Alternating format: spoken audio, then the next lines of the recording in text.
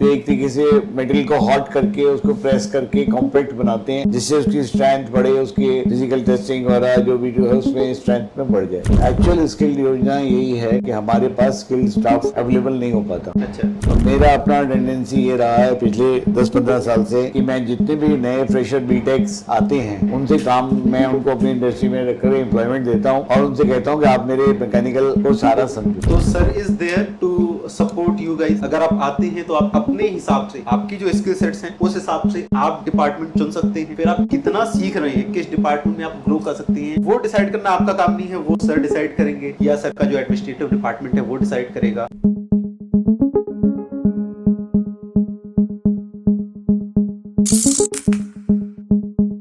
Sir आपका स्वागत है और बहुत बहुत थैंक यू कि आपने मिलने का मौका दिया। सर सबसे पहले मैं आपके बारे में और आपकी कंपनी के बारे में जानना चाहूँगा, तो आप थोड़ा सा ब्रीफ कर दें। मेरा नाम मनोज शर्मा है और ये इंडस्ट्री गाज़ियाबाद में मेरे फादर जो है उन्होंने इंस्टॉल किया था।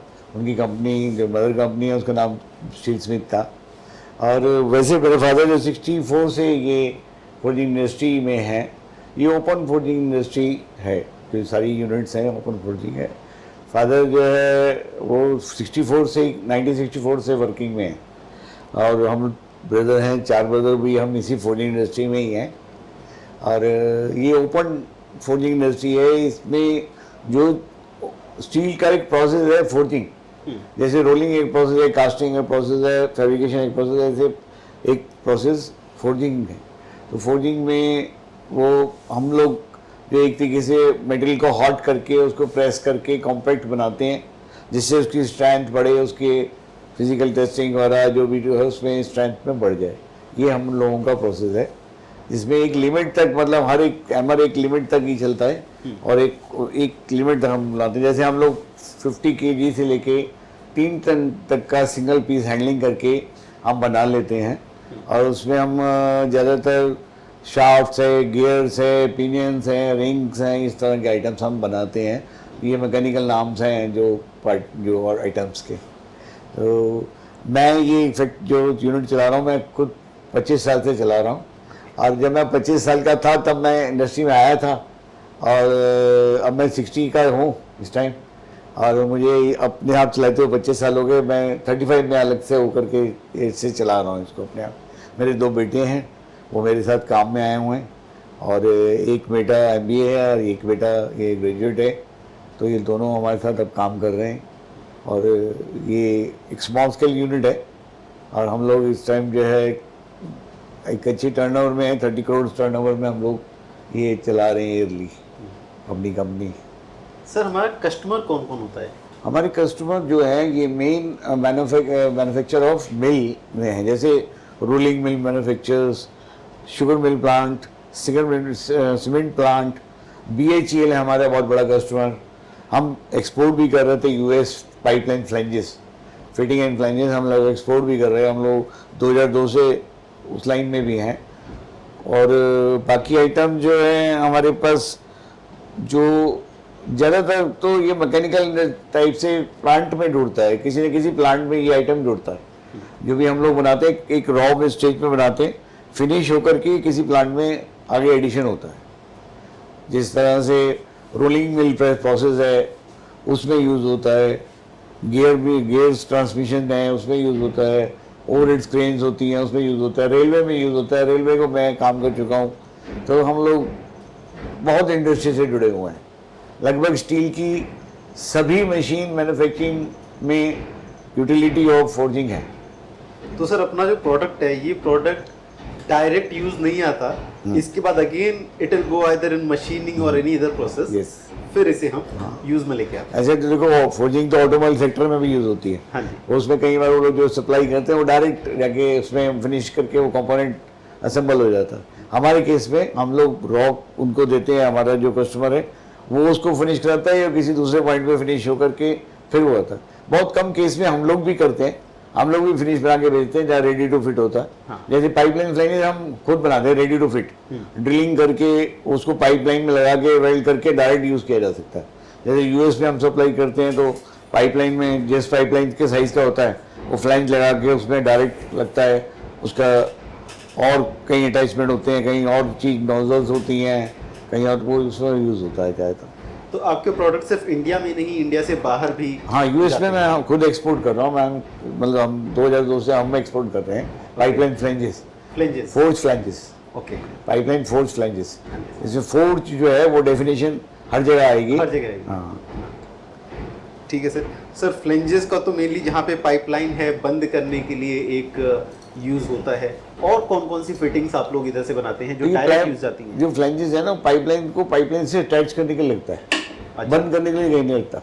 अच्छा। पाइप से पाइप को ज्वाइन करने के लिए लगता है। एक लेंथ तक पाइप होती है। हाँ। उस लेंथ में एक तरफ तो- वेल्ड हो गए, दूसरी तरफ वेल्ड हो गए, बोल्टिंग होती है। बोल्टिंग होती है। दूसरा ये है कि जो भी हम बनाते हैं, जैसे हम गियर्स बनाते हैं, गियर ब्लैंक बनाते हैं, गियर को मशीन करके गियर बॉक्स पे लगाया जाता है, वो है यूज। अब हम क्रेन व्हील बनाते हैं, जो क्रेन्स ओवरहेड क्रेन चलती है उसके व्हील जो है वो भी फोर्ज लगते हैं। ओके। कहीं भी एक्सल प्ले पिनियंस शाफ्टें, बड़ी बड़ी शाफ्ट लगती हैं शुगर मिलों में, सीमेंट प्लांट में, और बहुत सारे जितने अदर प्लांट है, मैकेनिकल प्लांट जितने भी है ना, ओपन हैवी फोर्जिंग, उसमें हमारे आइटम लगते हैं। So- ऑटोमोबाइल सेक्शन जो है वो खाली डाई फोर्जिंग करता है। हम लोग जो ओपन फोर्जिंग करते हैं, ये तीन तरह की फोर्जिंग है आजकल।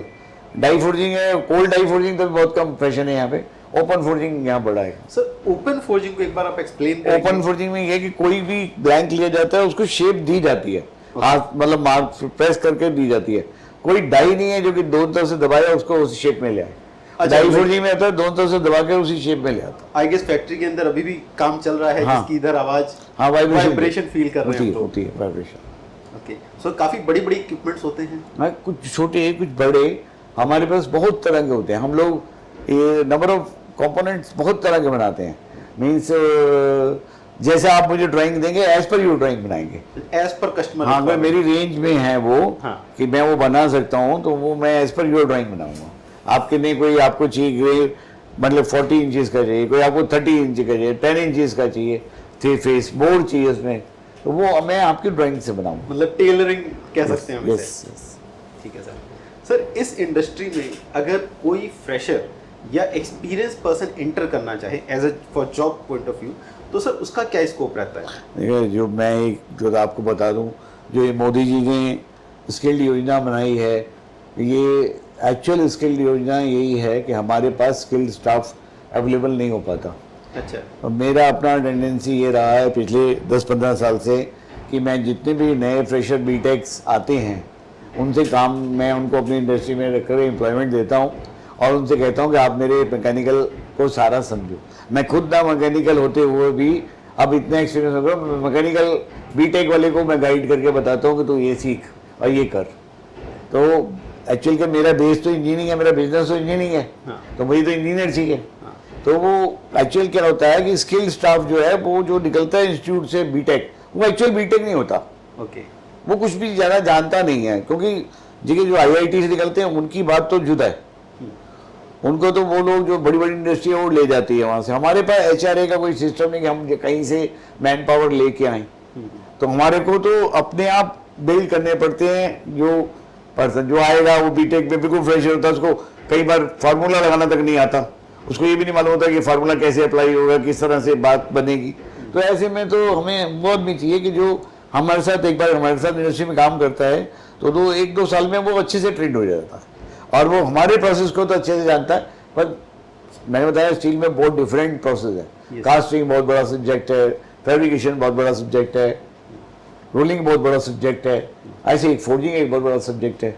मतलब सब कोऑर्डिनेट है। जहाँ पे कास्टिंग लगती है वहाँ फैब्रिकेशन भी होती है, जहाँ फैब्रिकेशन लगती है वहाँ पे मतलब एक बड़ा मशीन बिना, मतलब आप समझो कि जैसे ट्रेन का इंजन भी हमारे बिना पूरा नहीं होता और फैब्रिकेशन के बिना भी नहीं पूरा होता और कास्टिंग के बिना भी नहीं पूरा होता। Exactly sir. ट्रेन का जो इंजन है, मैं डीसीडब्ल्यू पटियाला में मैंने दिया, जहाँ पे लोकोमोटिव बनाते थे। डीसीडब्ल्यू पटियाला, सॉरी ये पटियाला में दिया है, वाराणसी में दिया डीएलडब्ल्यू में। डीएलडब्ल्यू वाराणसी में मैंने फैन ड्राइव शाफ्ट दिए हैं, तो आर्मेचर शाफ्ट दिए हैं, और यहाँ पिनियन डीसीडब्ल्यू पटियाला कंप्लीट करता था, इनको पिनियन दिया। ये पिनियन बनाते थे जो मोटर से डायरेक्ट ट्रांसमिशन दे करके और गाड़ी के बीच मेन व्हील को घुमाता है और मेन व्हील जो है सब इंजन जो है ड्राइव करता है। तो हमारे पास जो फोर्जिंग इंडस्ट्री है बहुत बड़ा स्कोप है। गाजियाबाद एक बहुत बड़ा हब है ओपन फोर्जिंग का। पहले ये रोलिंग मिल पर डिपेंड था, लेकिन अब ये बहुत मल्टीपल इंजीनियरिंग में ये हमारा रोल हो गया है। तो फ्लैंजेस का ही बहुत बड़ा एक सप्लाई मल्टीनेशन में जा रहा है। हमारे सबसे बड़ा लीडिंग यूनिट CIW फोर्ज है, वो पूरे यूरोप में, पूरा अमेरिका में और पूरे जितने कॉन्टिनेंटल में उसका काम चल रहा है। तो ऐसा नहीं है कि हमारी फील्ड, अब वो जो CIW फोर्ज है, हमारा प्लांट और उसका प्लांट बेसिकली एक ही था। अच्छा। और वो इम्प्रूव करता गया, नई नई मशीनरी डालता गया, नई नई मशीनरी डाल के वो आगे बढ़ गया। हाँ। उन्होंने सिस्टम डेवलप करे। आज उसका प्लांट यूरोप से विजिट करने के लिए लोग आते हैं। ओके। मतलब यूरोप के कस्टमर उनको प्लांट को देखना चाहते हैं। तो इतना मतलब बहुत एक टेक्निकल काम है। जब कोई टेक्निकल पर्सन हमारे पास आता है तो उसको देख के एकदम लगता है यार ये मुझे सीखना है। ओके। तो वो ये कोई बड़ा इंटरेस्टिंग जॉब है एक तरह। वैसे बेसिकली ये लोहार का जॉब है। लोहार का। पहले जैसे जो काम लोहार करते थे वो काम हम करते। सर एक मेरा अगला क्वेश्चन है, मान लीजिए अपना मैकेनिकल फील्ड है, आपके पास दो कैंडिडेट आते हैं, एक मैकेनिकल इंजीनियर है और एक ऐसा है जो किसी नॉन टेक्निकल बैकग्राउंड से है, तो आप सर किसको हायर करना पसंद करेंगे? तो और बेसिकली क्या क्राइटेरिया आप देखेंगे? तो बेसिक बीटेक अगर कोई है मैकेनिकल है तो पहला चॉइस मैकेनिकल की है। मैं आपको बताता हूँ इस चीज़। हाँ। मेरे फादर जो है वो 1947 में पंजाब से यहाँ आए थे। ओके। उन्हें कोई जॉब नहीं था तो वो पहले मिलिट्री में चले गए थे। तो मिलिट्री में वो बहुत अंडर एज थे, 17-18 ईयर्स के थे। तो वो उस टाइम कोई वार चल रही थी, तो उन्होंने उस वार के बीच में रॉथमैन डिप्लोमा एक होता था मिलिट्री के अंदर, वो किया था। जैसे अग्नि आपके चला ना इस टाइम अग्निवीर का, हाँ जी। तो वो रॉथमैन डिप्लोमा किया था उन्होंने। तो उनको वो कैलकुलेशंस करना और वो आ गया उनको।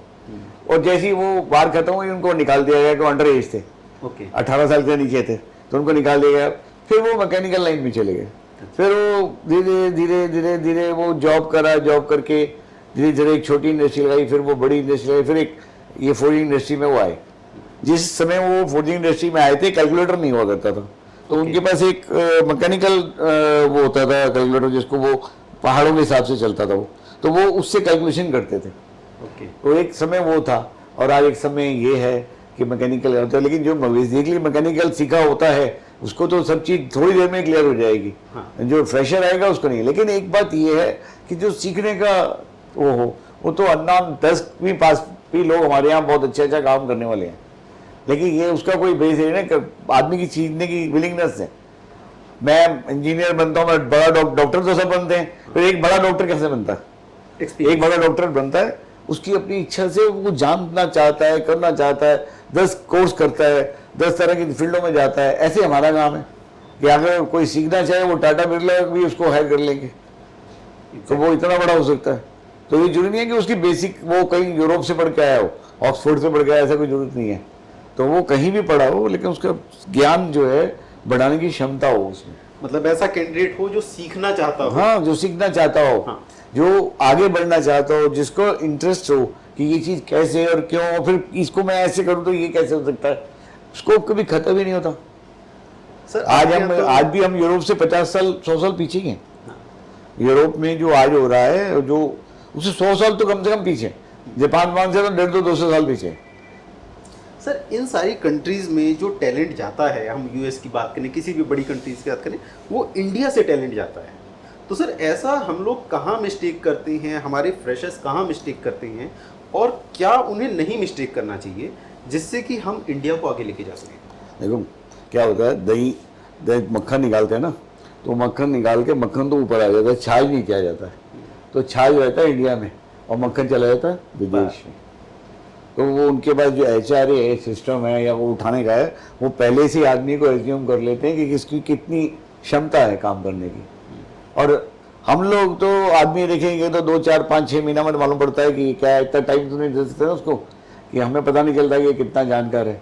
जो जानकार आगे बढ़ने वाले थे, हमारे यहाँ से इतना बड़े बड़े जॉब में चले गए, वो मालिक हो गए फैक्ट्रियों के। ऐसा एक नहीं इतिहास है, ऐसे 20 इतिहास है कि नौकरी करता था आज मालिक है बड़ी बड़ी कंपनी का। लेकिन ये है कि क्षमता की बात है, आपका विजन कितना बड़ा है। किसी का विजन बस 10,000 की नौकरी पे, किसी का विजन 10 लाख कमाने के ऊपर विजन है, किसी का 10 करोड़ कमाने का विजन है। तो जिसका जितना बड़ा विजन है, जितना बड़ा काम करना चाहते, क्षमता भी होनी चाहिए उसकी समझ भी होनी चाहिए तो बड़ी। सर, जिसको 10 करोड़ 100 करोड़ कमाने का विजन है, आज कोई फ्रेशर कैंडिडेट है, उसे कुछ नहीं पता, उसे बस ये एक है कि मुझे 10 करोड़ कमाना है और वो अपनी इंडस्ट्री में एंटर करना चाहता है, तो आप उसके लिए कुछ गाइडलाइंस दीजिए, कुछ उनको सजेशन दीजिए। देखिए, जो प्रॉब्लम आ रही है वो प्रॉब्लम ये आ रही है जहाँ से वो पढ़ के आ रहा है वहाँ उसे पूरा प्रैक्टिकल नहीं दिखा रहा। यहाँ पे राजकीय डिप्लोमा हैं, वो डिप्लोमा वाले बस सब भर्ती हो जाते हैं कि राजकीय डिप्लोमा मिल जाए तो एक गवर्नमेंट का डिप्लोमा मिल गया मैकेनिकल का तो किसी कंपनी में चले जाएंगे, लेकिन एक्चुअल परफेक्शन नहीं आती उसकी। जो बाहर देश है वो क्या करता है, वो बच्चों को बहुत पहले से एज्यूम कर लेता है कि इस बच्चे के अंदर ये क्षमता ज़्यादा है। हम लोग वो समझ नहीं पाते कि इसके अंदर क्या क्षमता है, इसकी क्षमता कितनी बड़ी है, ये कितना आगे तक जाके काम कर सकता है। तो वो हम लोग फिर एनवायरनमेंट हमारा ऐसा है इंडिया का कि जो सभी जगह आदमियों को आगे प्रोग्रेस करने से बहुत ज़्यादा एग्रेसिव नहीं करता, वो बस जहाँ है वहाँ पे स्टैंड करने की कोशिश करते हैं। उसे ये क्षमता नहीं है कि भाई जैसे मान लो वहाँ फुटबॉल खेलते हैं, वो एक फुटबॉलर का नाम तो इतना बड़ा है कि वो एक टी शर्ट पहन ले तो 2 करोड़ मांग मिलता है, एक यहाँ पे बेचारा पूरा ज़िंदगी खेले तो उसको 2 करोड़ नहीं मिलता। तो हमारे यहाँ क्षमता नहीं पहचानते, और वो क्षमता क्यों नहीं पहचानते, क्योंकि सही एजुकेशन नहीं मिली होती। अगर उसको सही एजुकेशन मिले तो वो आगे पहले से ही हमको गाइड करेगा, नहीं ये ऐसा नहीं, ये तो ऐसे ऐसे ऐसे है। आज दुनिया में, आज लेटेस्ट दुनिया का फार्मूला ये है आपकी। हम जो आज जिंक रोलिंग लगा रहे हैं, जो आज हम प्रेस लगा रहे हैं, ये यूरोप में 200 साल 250 साल पहले लगाए, हम वो आज कर रहे हैं। क्योंकि ऐसा है कि नेचुरल रिसोर्सेज हैं एशिया में, इसलिए अब फोकस यहाँ पे। अब वो लोग पोल्यूशन का काम नहीं करना चाहते, वो लोग दूसरा काम नहीं करना चाहते, और वो टेक्नोलॉजी को बेच के पैसा ले रहे हैं। वो आजकल यहाँ पे हमको ड्राइंग बेच के पैसा ले रहे हैं, बिकॉज वो इतना डेवलप हो चुके हैं। हम अभी भी मतलब लाइन में ही हैं। तो हमारे जो स्किल्ड स्टाफ आता है वो स्किल्ड होता नहीं है, सही क्षमता में होता नहीं। अगर बीटेक है तो मैं उसको बीटेक ही समझूँ, फिर मैं उसको यहाँ पे वो जिम्मेदारी भी वो बीटेक की हो, लेकिन जब तक मैं उसको सब प्रोसेस नहीं समझाता और फिर उसका इंटरेस्ट, वो ये मालिक चला गया मुझे क्या करना है, तो मैं तो अपनी नौकरी पूरी कर रहा हूँ। जो नौकरी पूरी करने के लिए काम कर रहा है उसकी क्या क्षमता होगी? वो तो शाम को 5 बजे का टाइम देखता है, ख़त्म हो गया, चलो घर को, आज की जिम्मेदारी पूरी हुई। और एक अब मेरे बेटे ये है, ये बीकॉम किया हुआ है और ये मैकेनिकल आजकल ये सब सर्च कर लेता है। तो मैं ऐसे बोलता है तू पहले बता देता तो मैं तुझे मैकेनिकल में डाल देता तो तू मैकेनिकल चीज़ें बन जाता। तो ये क्षमता है अपनी अपनी, जितनी आप जो फ्रेशर्स हैं जिन्होंने इंडस्ट्री में एंट्री नहीं लिया है, वो कैंडिडेट आपकी कंपनी में आके किस तरीके से ग्रो कर सकते हैं, उनके लिए क्या करियर पाथ रहेगा? देखो, पहली बात तो लोग मौका दें, मैं तो देता हूँ, लोग मौका दें किसी को आने का और उसको जॉब सीखने का। ज़्यादातर लोग, मैं आपको ये बता दूँ कि हमारी स्मॉल स्केल इंडस्ट्री में कोई भी स्किल्ड स्टाफ नहीं आता। बट बीटेक है, डिग्री होल्डर नहीं आता, क्योंकि वो देखता है कि वो पे क्या करेगा। हम जैसे उसको शुरू में 10,000 पे करेंगे तो वो यहाँ नहीं आता, वो 50,000 के लिए ही को ट्राई कर रहा होता है, और वो 50,000 वाला किसी एरे गहरे को रखता नहीं। देखो, मैंने आपको 5 लाख का जॉब दे दिया, ठीक है, मंथली का, तो मैं कोई ऐसा तो नहीं है कि आप चाय पीने जाओगे, आपके साथ जाऊंगा, ये चाय का टाइम खत्म हो गया, आप चलो वापस चलो। तो मैं आपको टारगेट दूंगा, ये टारगेट है, ये मुझे चाहिए, और मुझे अगर 25 लाख कमा के दोगे तो मैं आपको 5 लाख दूंगा। एग्जैक्टली मैं आपको 5 लाख ऐसे नहीं दे दूंगा। तो वो बच्चों को ये नहीं पता है। फिर दूसरा, वो कहीं से शुरुआत नहीं करते। वो आज मैंने किसी लड़के को रखा था, वो उसने 3 महीने के बाद एक अपना बायोडेटा बनाया, export engineer in institute of India करके दूसरी कंपनी में भेज दिया। मतलब वो हर आदमी दूसरे के जो ऊपर से निकलने की कोशिश में है। यंग जनरेशन को ये नहीं पता कि तू पहले अपनी कैपेबिलिटी तो बढ़ा, तो लेने वाला तो तेरे को घर से लेके आने आएगा। वो बिना उसके, वो इतना ज़्यादा एम्बिशियस है कि आज 5,000 की नौकरी मिली है तो फौरन 10,000 पर अप्लाई कर दिया, 10,000 मिल के 20,000 पर अप्लाई कर दिया, मतलब कहीं से मुझे मौका मिल जाए। और ऐसे लोग फेल हो जाते हैं, मैंने देखा है, क्योंकि वो जब 50 पे चले जाते हैं तो 50,000 लेता है, उसकी कैपेसिटी ही नहीं है काम करने की, तो वो ज़्यादा धक्के ही खाता बाजार में। मतलब सर, आपका जो मैं अगर इसे समराइज करूं, हाँ, तो कोई भी फ्रेशर कैंडिडेट है, अगर एक कंपनी ज्वाइन कर रहा है, छोटे इंक्रीमेंट पे उसे स्विच नहीं करना चाहिए। पहले उसको ये देखना चाहिए वो जो जॉब कर रहा है उस जॉब की उसकी क्षमता क्या हो गई है। आपको मैंने एक प्रोडक्शन का मैनेजर बना दिया, क्या आप मेरी पूरी प्रोडक्शन को अच्छे से संभाल रहे हो और कुछ टाइम बढ़ाया आपने? अगर आपने बढ़ाया है तो अप्लाई करो। और अभी आप तो 6 महीना हुआ है तो मेरे नाम से किसी नाम का यूज करके चले जाना चाहते हो। जो CAW फौज में काम करके आता है, मैं सोचता था बहुत अच्छे आदमी, 2-3 आदमी रख लिए। वो देख रहा था वो कुछ भी नहीं जानते थे, उसको मेरे को बताना पड़ा फॉर्मूला भी और वो सब चीज भी अपने हाथ से मैंने उसको सिखाया। मैं तो कोशिश करता हूँ कि मैं स्किल्ड लेबर को अपने यहाँ ट्रेनिंग दूँ।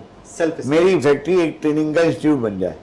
सभी की फैक्ट्रियों को थोड़ा ट्रेनिंग इंस्टीट्यूट बनना पड़ेगा।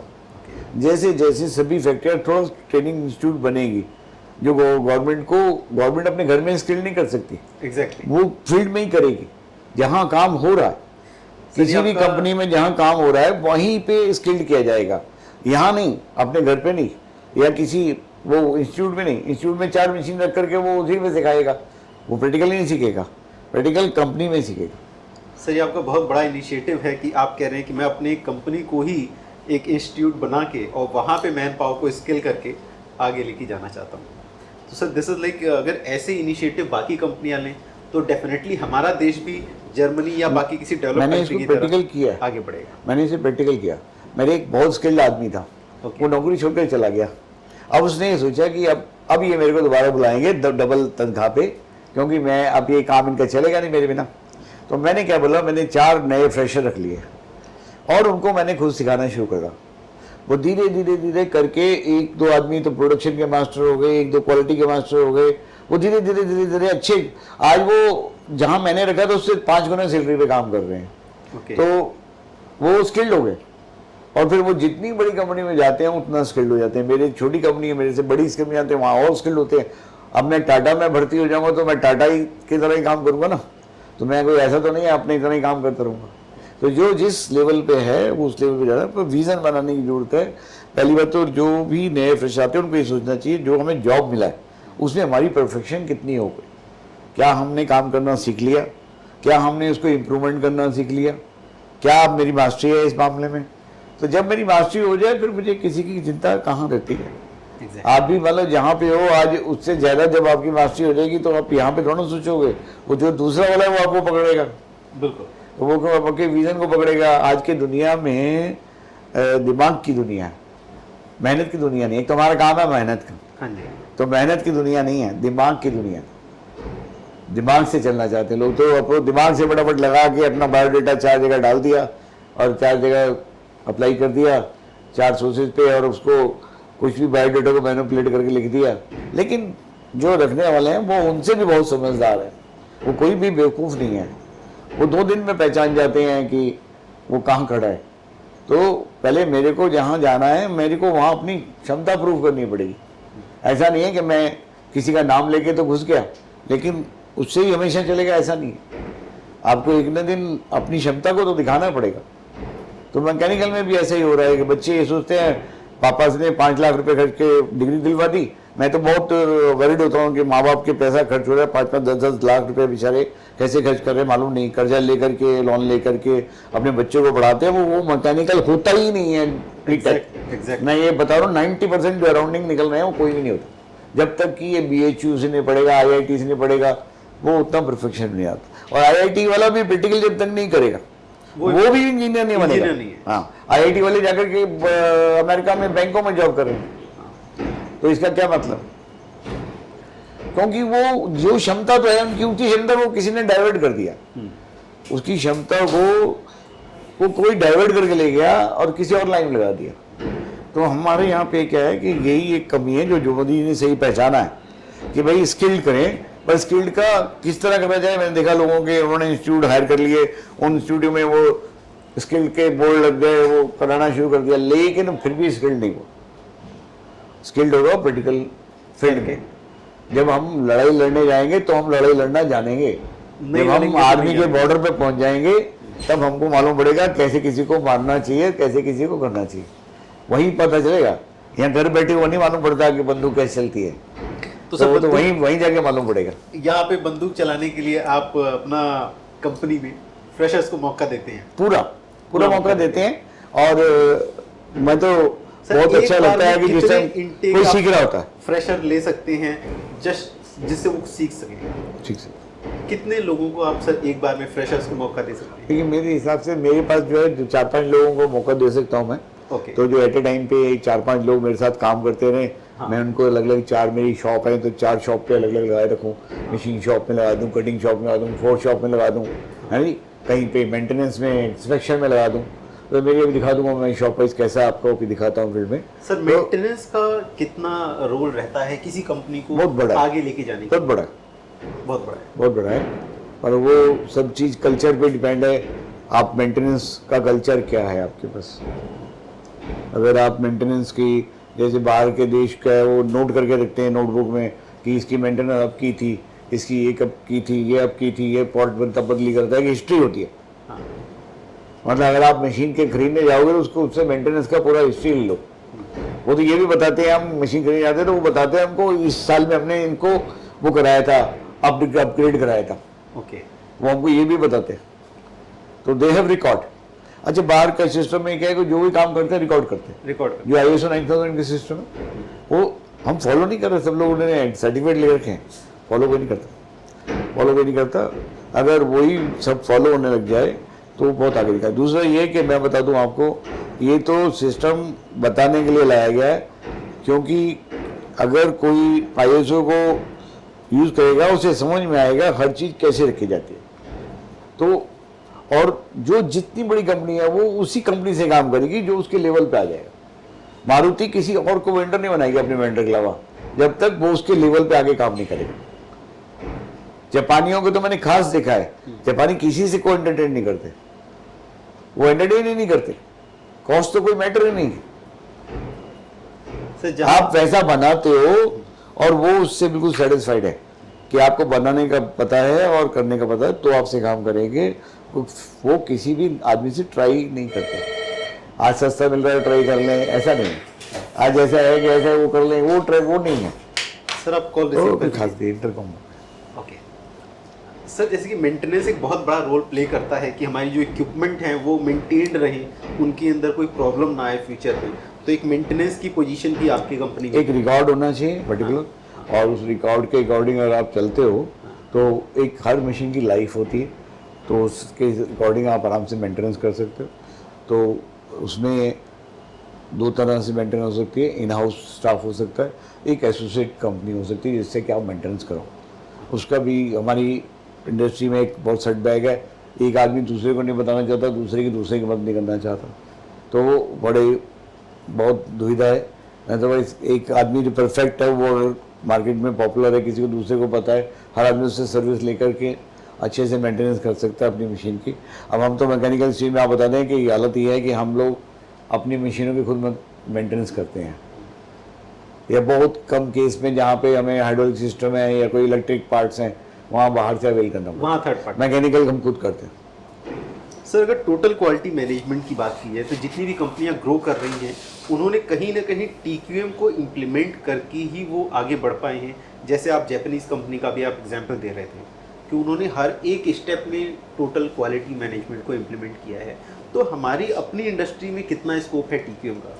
बहुत स्कोप है, अनलिमिटेड।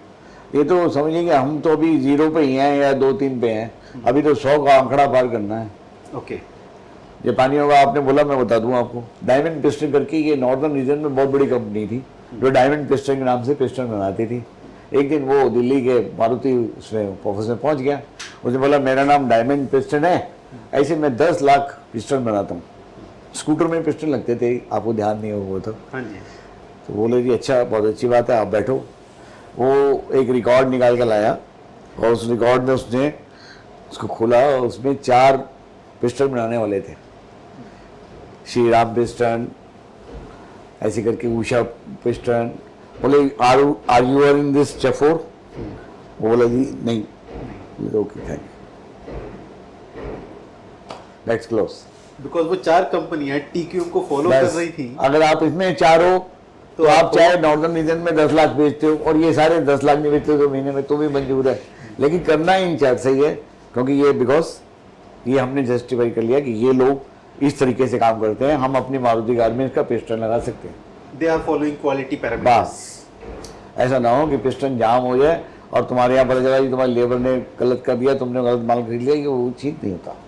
रिकॉर्ड नहीं है, ये नहीं है, वो नहीं बनाए जो तुम 10 लाख 10 करोड़ बनाओ, कोई मतलब नहीं आपसे। तो सर अगर आपके यहाँ मैन पावर ऐसी आती है जो कि टोटल क्वालिटी मैनेजमेंट को इम्प्लीमेंट करती है, इट मीन्स हर एक डिपार्टमेंट में जहाँ पे जो भी काम हो रहा है हर डिपार्टमेंट में क्वालिटी को मेंटेन कराते हैं, तो अगर ऐसी चीज़ें हम अपनी कंपनी में इम्प्लीमेंट करते हैं तो हमारी कंपनी कितना टाइम्स ग्रो कर सकती है 5 साल में?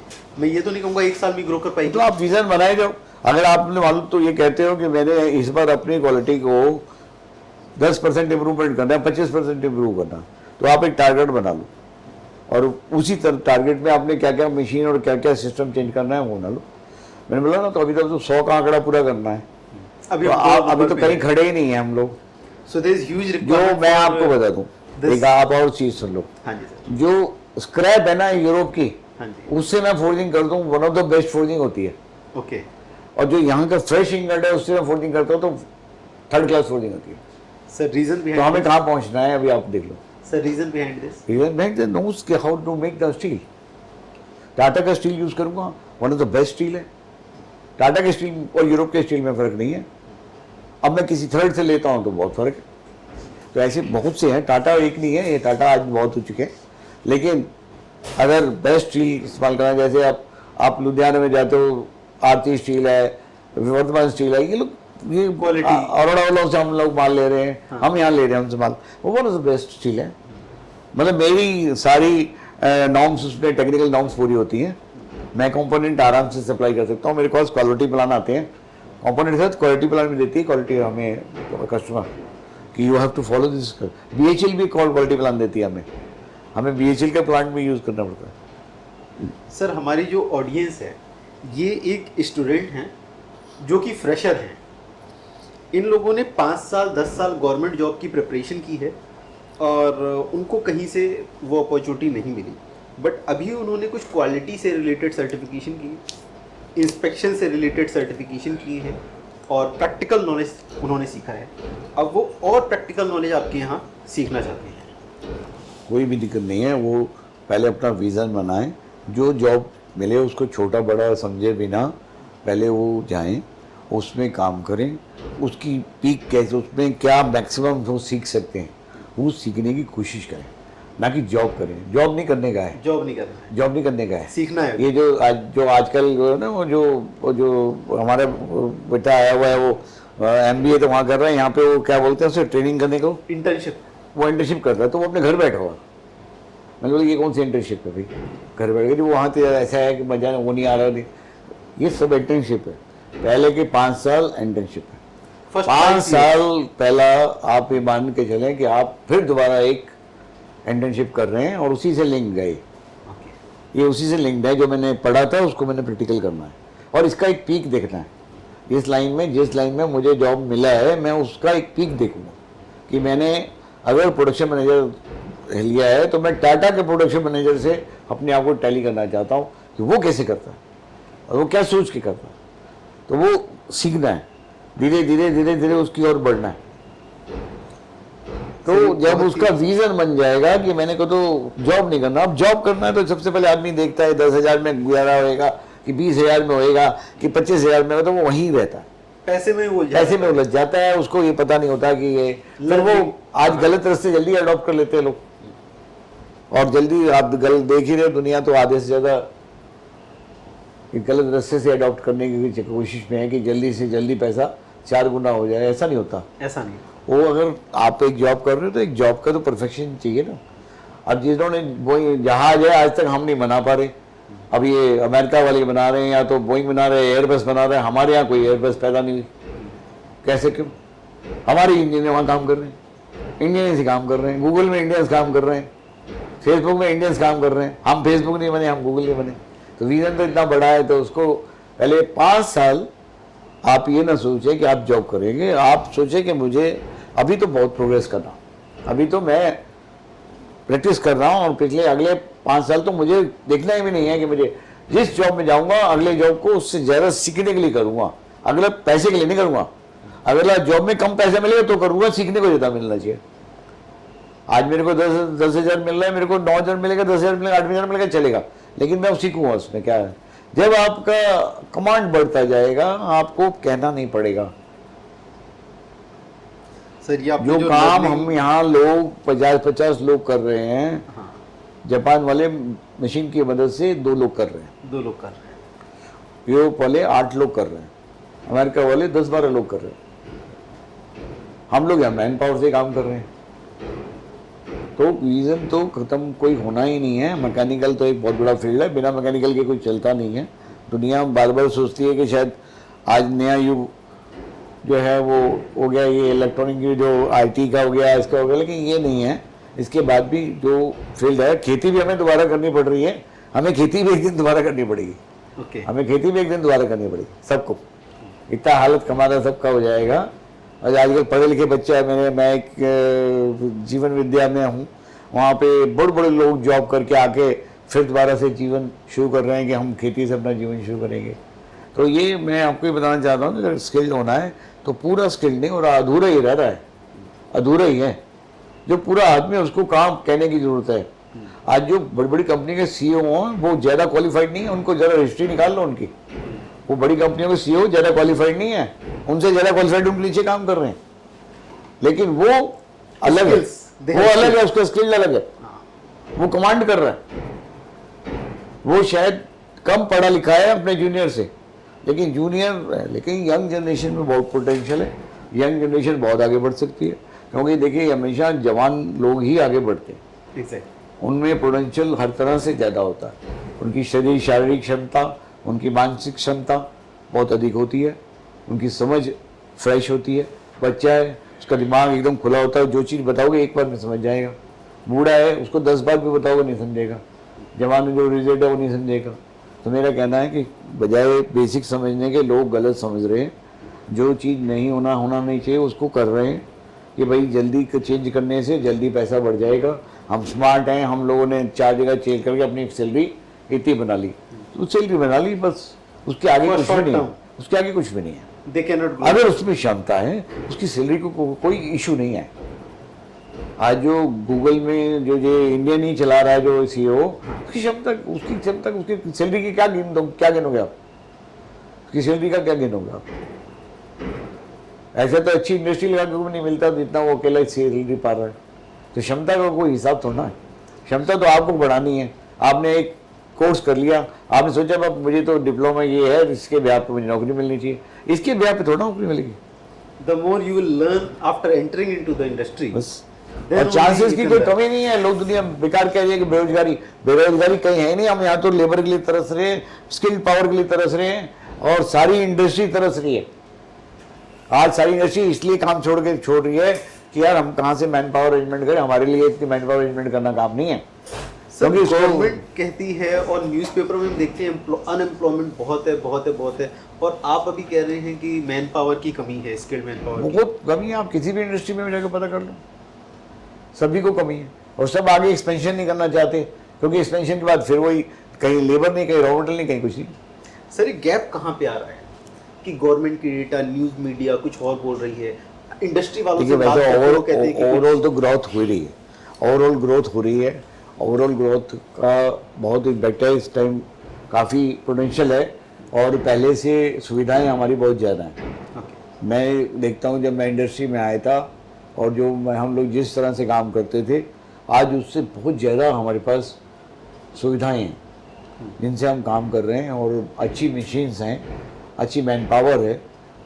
लेकिन बस गैप है कि जो आपके स्किल लेबर की बात चल रही है, स्किल आपके स्टाफ के, वो जब तक पूरी क्षमता के साथ काम नहीं करेगा, पूरी समझ के साथ काम नहीं करेगा, और वो कुछ हम लोग नहीं करा पाते शायद, वो कुछ लोगों ने वो नहीं कर पाते। कुछ ऐसा भी है, कुछ हम लोग सोचते हैं कि हम 10,000 का ही आदमी रखेंगे, तो हमारी सोच वही हो जाती है। हमें ये पता नहीं कि हम 50,000 का आदमी रख करके ज़्यादा बेनिफिट ले सकते हैं। तो हमें भी क्षमता अपनी पता करनी पड़ेगी कि हम लोग वो आदमी रखें जो हमारे लिए बेस्ट है। और जब हम बेस्ट अपने लिए रखेंगे तो वो अपने आप ही उसकी क्षमता ऐसी, हमारी क्षमता ऐसी हो जाएगी। जब मेरे पास अच्छे से अच्छी एडमिनिस्ट्रेशन होगी, आज किसी कंपनी को कोई मालिक चला रहा है क्या? सब कंपनी को एडमिनिस्ट्रेशन चला रही है। एडमिनिस्ट्रेशन कौन है? वो मैन पावर ही तो है वो। Man power. अरे रिलायंस मुकेश अंबानी कितना काम करता है, मुकेश अंबानी किस किस फैक्ट्री में जाता है, कौन सी प्रोसेस को जानता है, कपड़ा बनाना जानता है क्या, रिफाइनरी जानता है, कोई नहीं जानता।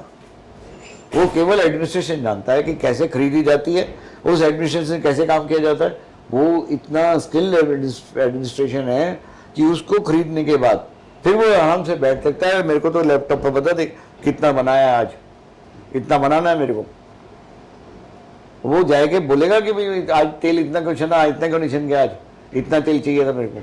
वो तो पहले से ही टारगेट रखता है। एडमिनिस्ट्रेशन इतनी अच्छी है, उसकी क्षमता ही इतनी अच्छी है, वो उसको वैसे ही काम करना है। अब मैं आपको बताता हूँ, नोएडा में एक कंपनी थी, उसने किसी बॉम्बे की कंपनी का ऑफर आया, बॉम्बे के लड़के आदमी को तोड़ने के लिए। उसने बोला मैं तेरे को 2 लाख दूंगा अगर तू यहाँ आएगा तो। वो 1 लाख में काम करता था बॉम्बे। तो बोला ठीक है। मैं बोला मैं एक काम करूँगा, मैं पहले आपके आके विजिट करूँगा फैक्ट्री। बोला ठीक है आप आ जाओ। तो वो आया, उसको पूरा फैक्ट्री घुमा। बोला ठीक है जी आपके यहाँ काम नहीं करूँगा, लेकिन आपको कंसल्टेंसी कर दूँगा। ओके। आपके यहाँ वो कोई माहौल नहीं कि मैं काम कर सकूँ। आपकी फैक्ट्री पे देख ली बहुत बड़ा है, लेकिन मेरे लाइक वो मेरे माहौल के लायक नहीं है। मैं आपको कंसल्ट कर दूंगा कैसे काम किया जाता है, मेरे को आप कंसल्टेंसी ले लो मेरे से, मैं जॉब नहीं करूँगा आपके यहाँ, क्योंकि आपकी फैक्ट्री मेरी एनवायरनमेंट के अकॉर्डिंग नहीं है। तो कैसा वो आदमी होगा जिसने मालिक को जवाब दे दिया कि मैं काम नहीं करूँगा। जहाज से मालिक ने टिकट दिया, जहाज से वापस भेजने का टिकट दिया, स्टे कराया, पैसा खर्चा करवाया 1 लाख रुपया। तो वो ऐसे आदमी को हायर करना है तो ऐसे ही किया जाता है। उसकी जो क्षमता है वो हमारा भी तो बोलना चाहिए तो सिस्टम। ऐसे आदमी तभी बनते हैं जब वो ग्राउंड लेवल से जुड़ के हाँ कुछ सीखते हैं। बिल्कुल। और जो लोग बार बार स्विच करते हैं वो लोग इस तरीके से ग्रो नहीं कर सकते। और हम तो कह रहे हैं मिलिट्री की तरह हमारे यहाँ भर्ती हो जाओ, मिलिट्री की तरह, मिलिट्री की तरह भर्ती हो जाओ। 24 आवर वर्क। बस 2 साल काम करो, 1 लाख रुपये, 1 साल का 1 लाख रुपये ले लो और मिलिट्री की तरह भर्ती हो जाओ। फिर 1 साल बाद चले जाओ, जहाँ तुम्हें नौकरी मिलती है जाके करो। हम तो खुद कह रहे हैं कि आ जाओ मिलिट्री की तरह भर्ती हो जाओ। ओके। तो बहुत ही अच्छी अपॉर्चुनिटी है। अगर आप लोग कास्टिंग, फोर्जिंग, ये फोर्जिंग यूनिट है हमारी, और यहाँ पे आके काम सीखना चाहते हैं, काम सीख के ग्रो करना चाहते हैं, तो सर इज़ अवेलेबल। सर आप फैक्ट्री में रहते हैं ऑल टाइम? मैं काफ़ी टाइम देता हूँ, अभी मेरे बच्चे ज़्यादा टाइम देते हैं। मैं थोड़ा 2-3 घंटा सुबह, 2-3 घंटा शाम को देता हूँ। ओके। और पहले तो मैं फुल टाइम था, मेरा कुछ प्रॉब्लम हुआ, प्रॉब्लम उसके बीमारी का, तो इसलिए मैं थोड़ा कम देता हूँ टाइम, लेकिन मैं आता रहता हूँ। ओके। तो sir is there to support you guys. अगर आप आते हैं तो आप अपने हिसाब से, आपकी जो स्किल सेट्स हैं उस हिसाब से आप डिपार्टमेंट चुन सकते हैं। फिर आप कितना सीख रहे हैं, किस डिपार्टमेंट में आप ग्रो कर सकते हैं, वो डिसाइड करना आपका काम नहीं है, वो सर डिसाइड करेंगे, या सर का जो एडमिनिस्ट्रेटिव डिपार्टमेंट है वो डिसाइड करेगा। और सीखें, और उसके बाद सर ये नहीं करें कि आप बच जाओ, बट सीखो और ग्रो करो। सर के पास आप आके इनसे कह सकते हैं कि सर मेरे को इतना सैलरी मिल रहा है दूसरी ऑर्गेनाइजेशन में, मैंने ये चीज़ें सीखी हैं। So sir will try to give you that whatever you are getting anywhere else. Okay. मैं तो यंग जनरेशन को एक मैसेज दूंगा कि जब मेरे पास नौकरी करने आओ तो ये ना सोचो कि हाँ मैं नौकरी कर रहा हूँ, सोचो कि मेरा अपना काम है, मेरा अपना काम है। ये बस भावना ही बदल दो और काम भी बदल जाएगा। और आपकी भावना बदल जाए, और आपका जैसे हर चीज़ दुनिया में हर कोई चीज़ बदलना है तो वो भावनाओं से ही बदलेगी। भावनाएं बदल दो, सोचो नहीं कि यहाँ जॉब कर रहा हूँ अब दूसरी जगह करूँगा तो वो फिर वैसा ही रहेगा। ये सोचो ये मेरा जॉब है, मैं इसको वो करूँगा, ये मेरा मेरी जॉब कंपनी है। जैसे अपना घर रखते हैं हम साफ, वैसे दूसरे का घर साफ रखेंगे हम। हमारे इस घर में आ गए हैं, ये नहीं है कि हमें यूज़ करके छोड़ना है होटल की तरह, ये हमारा घर है, हमारा सर। तो ऐसा करके आप सोचो, फिर देखो आज कैसे यंग जनरेशन को मोटिवेशन मिलेगा। और सभी कंपनियों में मैं क्या मैसेज दूंगा कि सभी लोग मौका दें यंग जनरेशन को, अपनी जॉब पे रखें। स्किल ना हो तो उसे स्किल करें, जिसमें क्षमता सीखने की हो उसे तो पूरा कोशिश करें जितना अधिक से अधिक सिखा सकते हैं। कोई सीक्रेट बाहर नहीं जाता, नथिंग इज सीक्रेट। आज दुनिया में कुछ सीक्रेट नहीं रह गया, जो चीज़ है जाके जब कहीं भी देख लो। ठीक है, जिन्होंने सीक्रेट करके छुपा रखा है वो भी कौन सा दिन रहेगा कि वो कब तक छुपाएंगे, सब सीक्रेट बाहर आ जाएंगे। सीक्रेट ये है कि मेहनत करना है, अपना कर्म करना है, अपना योगदान करना है। कर्म योगदान करने के लिए आए हुए हैं दुनिया में। एक चैप्टर क्लोज हो जाना है, एक के बाद जितना कर्म कर सकते हो उतना अच्छे से अच्छा कर्म करो। सर आपने काफ़ी कुछ बताया हमारे फ्रेशर ऑडियंस के लिए, और इवन जो वर्किंग ऑडियंस है, जो वर्किंग है अभी, आप भी जिस कंपनी में हैं वहाँ पे लॉयल रहें, लंबे टाइम तक आप रुकने की कोशिश करें, ज़्यादा से ज़्यादा सीखें। और मैं आपको बहुत थैंक यू कहूँगा सर, इस सेशन को आपने टाइम दिया।